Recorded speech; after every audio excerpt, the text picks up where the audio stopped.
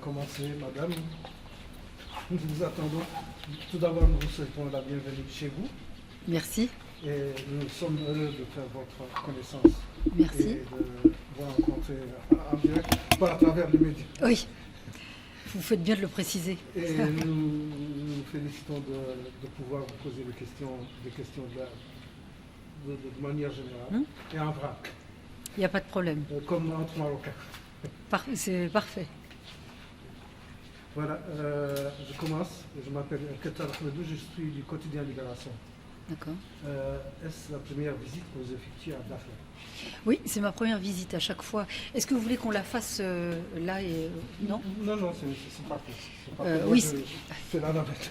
C'est ma première visite à Dakhla. C'est vrai que à plusieurs reprises, j'avais prévu de me rendre à Dakhla. Et à chaque fois, j'ai eu des urgences politiques ou des sessions parlementaires qui m'ont empêché d'être présente à Dakhla. Donc j'ai saisi cette occasion de pouvoir venir aujourd'hui, puisque j'avais quelques jours, pour venir à Dakhla, pour d'abord découvrir cette ville, découvrir cette région du Maroc dont on parle beaucoup politiquement, mais qu'on connaît peu concrètement. Et donc pour moi, ça m'a permis de confronter finalement une vision politique à une réalité concrète. Et c'est vrai que la réalité que j'ai découverte est bien au-delà de ce que je pouvais imaginer. D'abord, moi j'ai été très frappée par le développement de cette ville, très développée, très ouverte sur le monde. Vous rencontrez des gens de toutes les nationalités, du monde entier. Une ville qui est rayonnante dans le vrai sens du terme, qui rayonne en termes économiques, en termes sociaux, mais aussi en termes politiques. J'ai été frappée aussi par la jeunesse de la population et puis par l'engagement des femmes dans la vie et sociale, et économique, et politique de cette ville. C'est vrai qu'elles sont très engagées. Moi, c'est un combat que j'ai en particulier. Et c'est vrai qu'on découvre une vitalité, une stabilité, une sécurité, mais une vraie liberté. Et je considère que c'est un véritable atout du Maroc aujourd'hui. Et c'est un atout qui est à mon sens, trop peu connu. Encore une fois, bienvenue. أستاذة طيبة عبد اللطيف إذاعة الجهوية من الداخل. كيف كان تصوركم أستاذتي قبل مجيئكم إلى مدينة الداخل؟ وما هي انطباعاتكم وابتساماتكم وأنتم تتجولون في شوارعها وأزقتها بين أناسها؟ Oui, si vous pouvez me traduire. Monsieur Taïbi de la radio locale de Dakhla. Oui. Il vous demande comment imaginiez-vous Dakhla avant d'y arriver et quelle est votre impression une fois que vous avez circulé dans les rues de Dakhla et que vous avez côtoyé les citoyens, les habitants de la ville. D'abord, je trouve que alors, ma vision d'avant était une vision très politique. C'est-à-dire de dire que c'est une région du Maroc qui est effectivement qui est un trait d'union entre l'Afrique subsaharienne et le Maroc du Nord, pour ne pas dire l'Europe. Et donc, je considère que c'est une région intermédiaire, c'est avec une culture propre, une civilisation, c'est pétri de Maroc, mais avec des singularités. J'ai été très surprise et très épatée par cela. C'est vrai aussi que quand vous êtes au contact, moi je suis allée ce matin dans les serres de tomates cerises, je suis allée voir l'élevage d'autruches, je suis allée voir les infrastructures portuaires, je suis allée à la médiathèque. À chaque fois, j'ai été accueillie par des gens très jeunes, très ouverts, ouverts sur le monde, absolument sereins. Et ce qui pour moi est extrêmement important, ça démontre la vitalité, le dynamisme, l'ouverture de cette ville et dans une quiétude et une sérénité qui méritent d'être rappelées.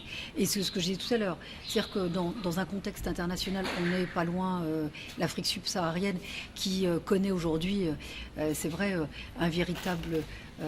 qui connaît des vraies menaces terroristes, migratoires, économiques, écologiques.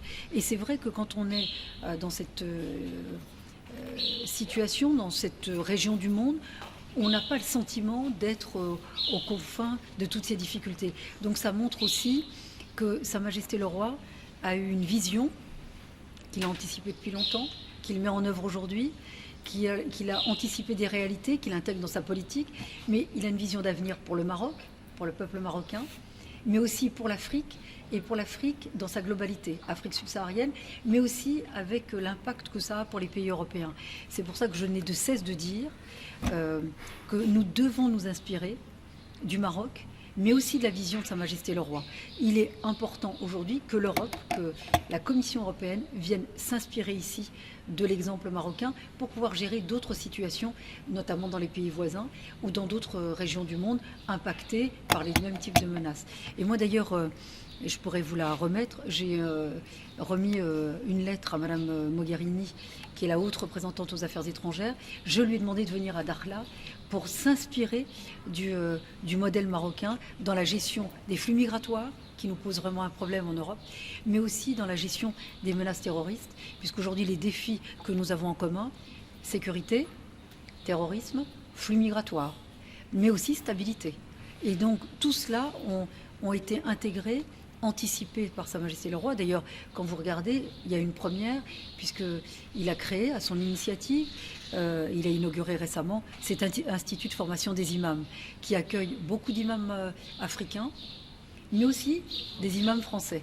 Et donc c'est une première, alors même que nous, en France et en Europe, on a encore des difficultés, on en parle, mais nous n'avons pas été aujourd'hui capables de le faire. Donc peut-être, moi je demande notamment à Madame Mogherini de ne pas faire la même erreur que Madame Ashton, de ne pas faire la même erreur que la commission précédente, mais de venir à Dakhla pour s'inspirer de ce qui se passe ici. محمد الحبيب هويدي جريدة العالم، بصفتكم عضو في البرلمان الأوروبي، ما هي التحديات المشتركة التي تواجه الآن الاتحاد الأوروبي والمغرب والتي يجب إزالتها؟ Quels sont les défis auxquels sont confrontés et le Maroc et l'Union européenne en votre qualité de parlementaire européen? Quels sont ces défis et comment les soulever, les relever? Alors les défis, on a les mêmes aujourd'hui. Les défis auxquels est confronté le Maroc et plus généralement l'Afrique sont les mêmes que ceux auxquels nous sommes confrontés. On l'a vu encore hier en France avec l'interpellation d'une personne soupçonnée de terrorisme en France. Donc nous avons les mêmes défis, menaces terroristes, maîtrise de flux migratoires et tous les enjeux de sécurité. Et donc aujourd'hui, nous avons les mêmes défis et donc nous avons les mêmes enjeux. Donc nous devons absolument travailler ensemble. Et moi, systématiquement, très régulièrement, que ce soit au Parlement européen, que ce soit dans la presse, mais aussi en interpellant les politiques, que ce soit le président de la République française, mais aussi le ministre des Affaires étrangères, en lui rappelant de la nécessité de s'inspirer, d'être conseillé par la vision et les actions de Sa Majesté le Roi au niveau du Maroc, mais aussi au niveau de l'Afrique. Sa Majesté le Roi a développé une diplomatie africaine exceptionnelle et assez singulière dont on devrait effectivement s'inspirer. Aujourd'hui, nous avons du mal avec l'Afrique subsaharienne parce que même la France ou l'Europe, nous sommes présents en termes militaires. Mais peut-être qu'on devrait avoir une diplomatie refondée, renouvelée, et en cela s'inspirer de ce que fait Sa Majesté le Roi. Vous avez vu sa dernière tournée africaine, ça a été un succès, et un succès qui a été salué, y compris au sein de l'Union européenne. Donc peut-être que nous devrions, nous aussi, en tirer les conséquences et s'inspirer de cela. Oui, bonsoir. Mbarkou Berda, Dakhla 24. La ville de Dakhla étant la porte du Maroc et de l'Europe sur l'Afrique, par conséquent un filtre de sécurité entre l'immigration clandestine et le tourisme, ce qui suppose un plus important appui de la part de la communauté internationale, notamment de l'Europe. Qu'en pensez-vous? Que Dakhla soit la porte, c'est la première porte pour arriver en Europe avant le Maroc. Et que ce soit une porte sur l'Afrique subsaharienne, c'est une réalité. Mais c'est pas, je ne vais pas vous le démontrer à vous, vous êtes concernés. Mais il n'y a pas une difficulté aux abords de Dakhla. Vous avez l'Afrique subsaharienne à 500 km, même pas, ou à 300 km. Vous n'avez pas les difficultés que nous connaissons. Regardez, chaque jour, nous avons des morts en Méditerranée. tous les jours. Et des migrants de l'Afrique subsaharienne, certes des Syriens et plus loin, nous avons des Afghans ou même des Irakiens, mais la majorité de ces migrants sont africains de l'Afrique subsaharienne. Et Dakhla, qui est une porte entre l'Afrique subsaharienne et l'Europe, avec le Maroc, vous n'êtes pas confronté à cela. Ça ne veut pas dire que c'est comme ça et que ça s'est fait comme ça. C'est qu'il y a une action politique profonde, une action diplomatique profonde, mais aussi ça démontre que le développement économique évite les conflits. Et donc, plus vous allez développer et stabiliser la région, plus évidemment vous allez avoir un voisinage extrêmement stable. Je trouve qu'on a assez de problèmes en Afrique et assez de foyers infectieux, ne serait-ce que regarder la Libye. La Libye, on a fait l'erreur. Moi, j'ai pas été très favorable sur l'intervention française en Libye, mais on peut faire une intervention, mais encore faut-il gérer les conséquences de l'intervention. Je pense qu'on a fait une intervention et on n'a pas géré les conséquences. Et aujourd'hui, en Libye, on a un chaos. Moi, je suis allée en Libye plusieurs fois. Je peux vous dire que c'est un chaos total. Et aujourd'hui, il n'y a plus de filtre. Vous parliez tout à l'heure de filtre en parlant de Dakhla. La Libye est un filtre inexistant. Et donc, on est confronté moi, j'appelle cette immigration clandestine qui est de la misère. Les passeurs et les criminels, ceux qui mettent ces gens dans les bateaux, ce sont des terroristes à mon sens. Ils se servent de ces pauvres gens comme des armes. Donc ils les envoient comme ça en mer, ils meurent en mer sans que ça leur pose aucune difficulté. Et je pense que cette menace-là, elle est une menace migratoire, mais elle peut être aussi qualifiée de menace terroriste. Parce que quand on met des milliers de gens dans des bateaux pour les envoyer à la mort, ça n'est pas pour moi uniquement des gens généreux qui aident des gens à avoir une vie meilleure de l'autre côté. C'est pas vrai, ce sont des terroristes et des criminels qu'il faut réprimer. Donc aujourd'hui, c'est vrai que ce que je disais tout à l'heure, qu'il faut s'inspirer de ce qui se passe à Dakhla et au Maroc. Et quand je demande à Mme Mogherini de venir ici pour justement prendre à la racine, à la source, des solutions qu'on peut peut-être appliquer ailleurs, ça a un sens. Parce qu'aujourd'hui, tout se joue dans cette région du monde.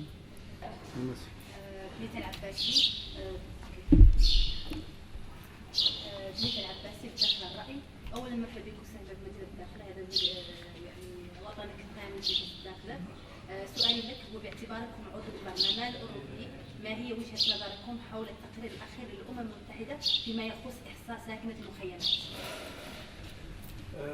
Nous souhaitons la bienvenue. Elle Merci. représente Dakhla Rai. Et sa question porte sur le dernier rapport du secrétaire général des Nations Unies relatif au recensement des habitants des camps de Tibet. Qu'en pensez-vous? Moi, je pense que d'abord, ce rapport de M. Ban Ki-moon et des Nations Unies rend hommage au Maroc. Si vous lisez ce rapport, tout est en faveur du Maroc. Il reconnaît les efforts consentis, les progrès, la volonté politique de Sa Majesté, la vision de Sa Majesté le Roi. Ce rapport est vraiment en faveur du Royaume du Maroc, est en faveur de Sa Majesté, qui effectivement sert ce pays et ce peuple. Et donc les recommandations et le recensement, je pense, en toute transparence. Et c'est dans l'intérêt de tous. Et je pèse mes mots. C'est dans l'intérêt de tout le monde que ce recensement soit fait. Et je pense que ces recommandations devraient être suivies. C'est dans l'intérêt de tous. Mais je pense aussi qu'il faut, et on ne le dit pas assez, ce rapport rend un véritable hommage à la politique du Maroc et aux résultats du Maroc. Donc moi, je suis plutôt en ce sens. Voilà. Et je suis très à l'aise pour parler de ces sujets, parce que certains... moi, je trouve que la politique, où on dit rien, où on fait semblant de dire. Et donc, moi, je trouve que la politique, c'est s'engager. Et s'engager, c'est dire les choses et dire la vérité. Ça ne veut pas dire être contre quelqu'un et pour quelqu'un, c'est d'être en faveur de ce qui favorise et qui satisfait le plus grand nombre. Et aujourd'hui, on a des enjeux trop graves dans cette région du monde. Et donc, de reconnaître la vision, l'ambition, les résultats, le progrès, mais aussi la réalité du Maroc d'aujourd'hui et les succès de la politique du Maroc aujourd'hui, c'est juste une réalité. Il faut le constater, l'encourager, le soutenir. C'est dans l'intérêt du Maroc, c'est dans l'intérêt de l'Afrique, mais c'est aussi dans l'intérêt de l'Europe. Bonsoir. Bonsoir. أحمد الرباني جورنال شد أخبار الصحراء.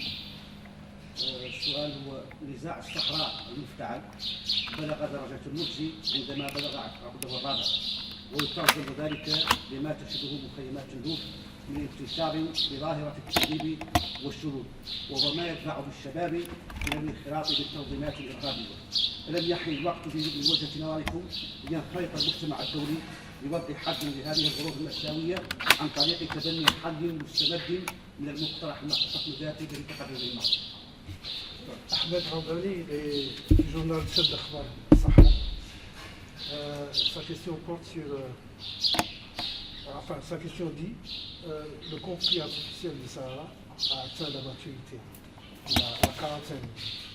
Or, dit-on, à la quarantaine, on devient vieux.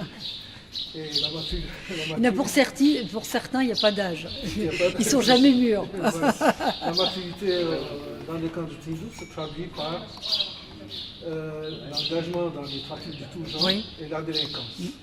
Ce qui amène la jeunesse désespérée à s'engager dans les trafics et dans. Oui.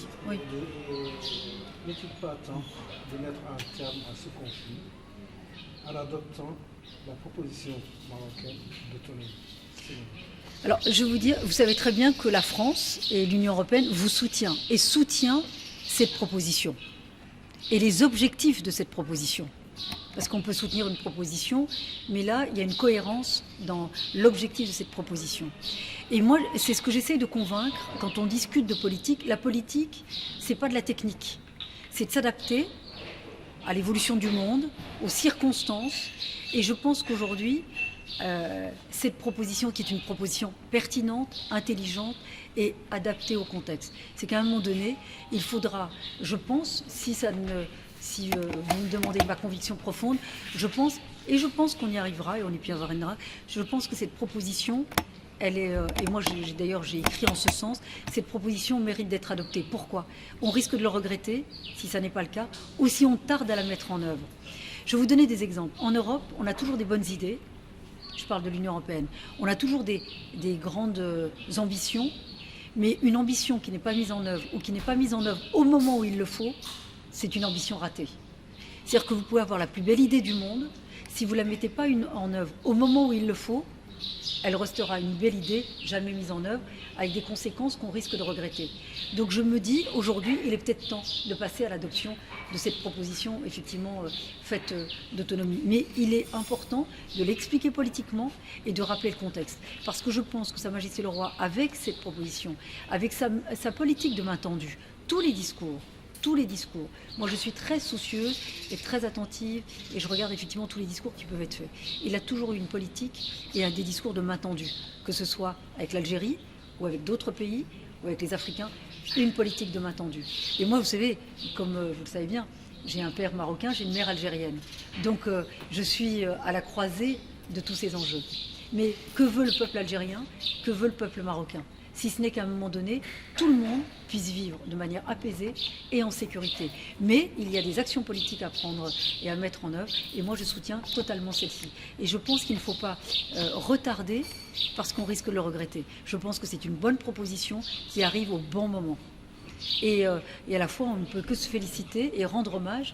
Moi, je discutais hier avec des gens d'ici, de Dakhla, et on parlait comme ça, effectivement, des Algériens ou de l'Algérie. Jamais je n'ai entendu, dans le discours d'un politique, jamais je n'ai entendu dans le discours de Sa Majesté le Roi, une attaque, quelque chose qui puisse mettre en difficulté, finalement, nos amis algériens. Donc il a toujours su tendre la main quand il le fallait. Maintenant, à un moment donné, quand vous tendez la main, il faut savoir la prendre. Il faut savoir la prendre au bon moment.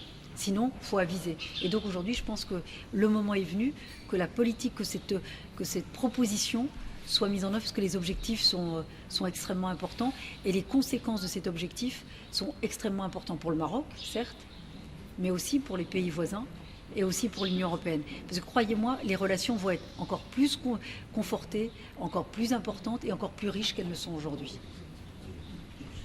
Faisal. السلام عليكم. فيصل عشت الليل دكتور جديرو ضمات الداخل. صحفي وكالة المغرب العربي للأنباء. أولا نفتخر ديالنا من خلال هذه الابتسامات اللي حسينا الوطنية وقح هذه حسينا هذه في هذا المؤتمر في هذه اللواء الصحفيه. سؤالي كينهرج حول انت تعرفين ان مدينه داخله حتى ضمت الى الفتره ما بين 12 و 14 المنتدى الدولي كرانس مونتانا الذي شارك فيه صناع القرار وسياسيون فاعل 115 دوله وعطاو ارتسامات ديالهم. الارتسامات الدوليه كانت ان مدينه الداخله وخصوصا الجهه ومدينه الداخله تعرف اطمئنان، تعيش في اطمئنان وسلم في قياده جلاله الملك محمد السادس صلى الله عليه وسلم. انا سؤالي مطروح هنا، اليس هذا دليل قاطع خصوصا الرؤيه لهذا صناع القرار بان المغرب والحمد لله يعيش هذه الفتره ولا هذه الفزه التنمويه الشامله اللي عرفتها من القويره لطنجه. سؤالي المطروح، الارتسامات ديالك كمغربيه قحه حول هذا الكروس مونطان الدولي، اولا من باب كنائبه اوروبيه، لان لا ننسى ان الدم الذي يجري في العروق الاخت رشيده مغربي. هذا الكروس مونطان بين الانفعالات qu'on n'aurait pas pu avoir à Bruxelles. Pourquoi? Parce que de plus en plus, l'Europe et le continent africain, pour des raisons parfois légitimes de sécurité ou de migration, commencent à s'opposer, pour ne pas dire à se... Vous voulez que je tienne? Commencent à s'opposer, à se méfier et donc à se défier. Donc vous aviez plein de dirigeants, par exemple africains, qui n'auraient jamais pu, ne serait-ce qu'obtenir un visa pour venir à ce forum à Paris ou ailleurs. Dakhla a permis de faire venir le maximum de monde, et le maximum de monde de haut niveau, et le maximum de haut niveau au niveau européen. Et de se rencontrer ici, et de se rendre compte qu'ils n'ont pas à se méfier les uns des autres. Parce que vous leur avez facilité la venue, alors que ça n'aurait pas été possible, je pense, en Europe. Et en faisant venir des Européens qui n'auraient peut-être pas eu confiance ou qui avaient peut-être des a priori ou des préjugés, en venant ici, ils se sont rencontrés, ils se sont parlé, et ça permet de nouer d'autres contacts, d'autres événements et de soutenir d'autres actions qui vont bien au-delà de Dakhla. Donc Dakhla permet, si vous voulez, de soutenir et de pouvoir développer, relayer des actions, des rencontres qui n'auraient pas pu être faites ailleurs qu'ici. Parce que moi je suis bien placée pour savoir, souvent on a des forums internationaux, des conférences internationales, et on est souvent sollicité par des Africains ou des Maghrébins qui nous demandent de les aider pour obtenir des visas uniquement pour participer à des forums ou des conférences. Et souvent, ils ne parviennent pas quand il s'agit de l'Europe. Dakhla a permis cela. Et ça permet aussi, par ces rencontres, de faciliter aussi l'échange. C'est-à-dire que Dakhla a permis des échanges entre l'Union européenne et l'Afrique subsaharienne, alors même qu'ils se méfient des uns des autres. Et donc je trouve que ce forum a eu cette vertu-là et cette qualité-là. Donc moi j'espère que ça sera renouvelé, mais Dakhla a vocation, si je puis me permettre, d'accueillir d'autres sommets internationaux, qu'elles soient économiques, politiques, sociaux, sur les sujets de société, sur les femmes, sur la politique, sur l'engagement, sur, ne serait-ce que par exemple, sur la place de la religion dans la société, qui est un vrai sujet. Et je pense que Dakhla a vocation à accueillir ce type d'événement. En plus, plus vous vous promenez, vous avez toutes les infrastructures pour ça. Et c'est une ville, ce qui est frappant, hein, moi qui voyage beaucoup, je suis allée évidemment comme parlementaire, c'est cette sensation et ce sentiment de liberté. Vous avez un vrai sentiment de liberté. Et moi, qui suis très attachée à la liberté, je trouve que c'est un critère que vous devriez mettre dans vos rapports en disant en plus il y a de la liberté. Non seulement vous avez le soleil, vous avez le rayonnement, vous avez la jeunesse, vous avez l'ouverture, mais en plus la sécurité évidemment, la stabilité, mais en plus une sensation de liberté assez rare. Regardez quand vous vous promenez. Ce matin, moi je me promenais dans le coin, tout le monde parle toutes les langues, les gens se côtoient, ils sont là. Tout le monde est vraiment en liberté. On n'a pas le sentiment qu'on est, je vous dis, à quelques kilomètres de certains drames, on est concerné par cela, ou par la pression d'autres enjeux. On a vraiment une sensation de liberté en étant là. Moi, vraiment, je suis très bouleversée et très heureuse d'avoir découvert cette ville comme ça. Je reconnais, j'avais pas du tout cette vision-là.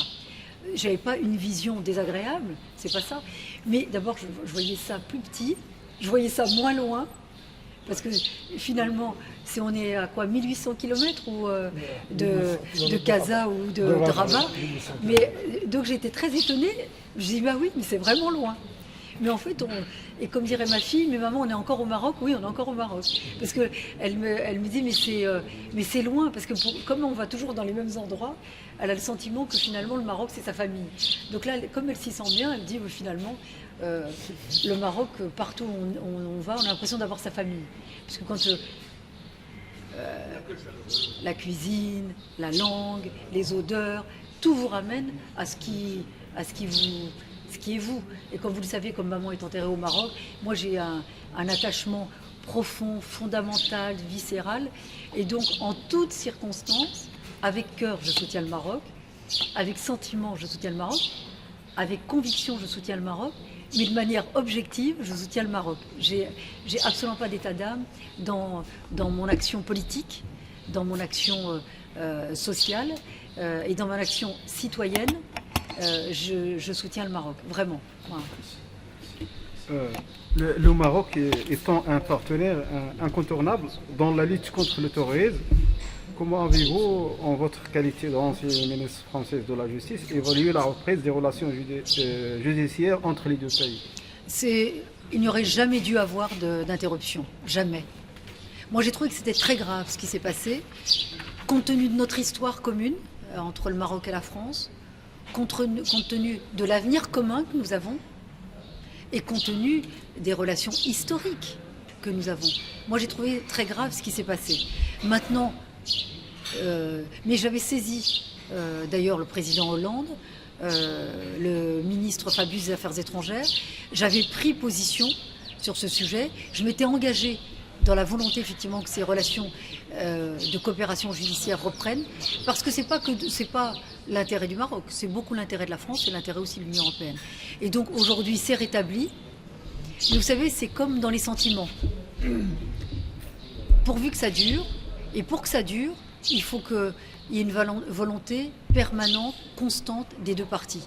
Donc j'espère que tout cela n'est qu'un mauvais souvenir et qu'un malentendu ou qu'un petit accroc qui n'a pas vocation à se reproduire.